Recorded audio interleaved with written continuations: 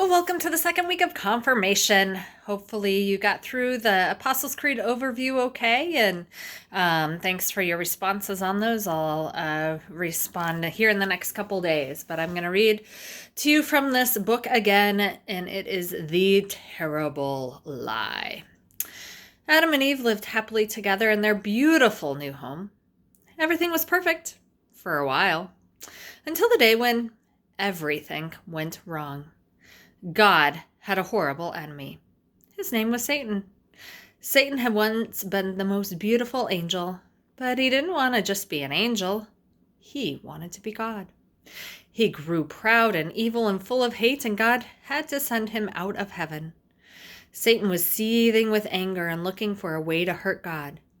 He wanted to stop God's plan. Stop this love story right here. So he disguised himself as a snake and waited in the garden. Now God had given Adam and Eve only one rule. Don't eat the fruit of that tree. God told them, because if you do, you'll think you know everything. You'll stop trusting me, and then death and sadness and tears will come. You see, God knew if they ate the fruit, they would think they didn't need him, and they would try to make themselves happy without him. But God knew there was no such thing as happiness without him, and life without him wouldn't be life at all. As soon as the snake saw his chance, he slithered up to Eve. "Does God really love you?" the serpent whispered. "If he does, why won't he let you eat that nice, juicy, delicious fruit? Poor you. Perhaps God doesn't want you to be happy." The snake's word hissed into the ears and sunk down deep into her heart, like poison. Does God love me? Eve wondered. Suddenly, she didn't know anymore. "Just trust me," the serpent whispered. "You don't need God. One small taste, that's all, and you'll be happier than you could ever dream." Eve picked the fruit and ate some, and Adam ate some too, and a terrible lie came into the world. It would never leave. It would live on every human heart, whispering to every one of God's children, "God doesn't love me." It wasn't a dream, it was a nightmare. A dove flew from Adam's hand, a deer darted in a thicket. It was as if they were frightened by something. A chill was in the air. Something strange was happening. They had always been naked, but now they felt naked and wrong, and they didn't want anyone to see them, so they hid. Later that evening, as God was taking his walk, he called to them, "Children?" Usually Adam and Eve loved to hear God's voice and would run to him, but this time they ran away from him and hid in the shadows. "Where are you?" God called. "Hiding," Adam said. We're afraid of you." "Did you eat the fruit that I told you not to eat?" God said.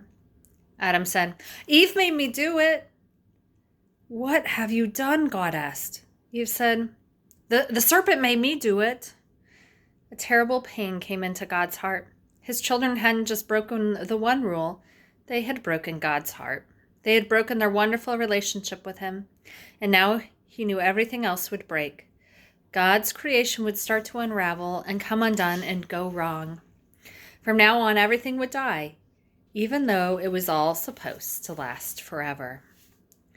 You see, sin had come into God's perfect world, and it would never leave. God's children would always be running away from him and hiding in the dark. Their hearts would break now and never work properly again. God couldn't let his children live forever, not in such pain without him. There was only one way to protect them. "You will have to leave the garden now," God told his children, his eyes filling with tears. "This is no longer your true home.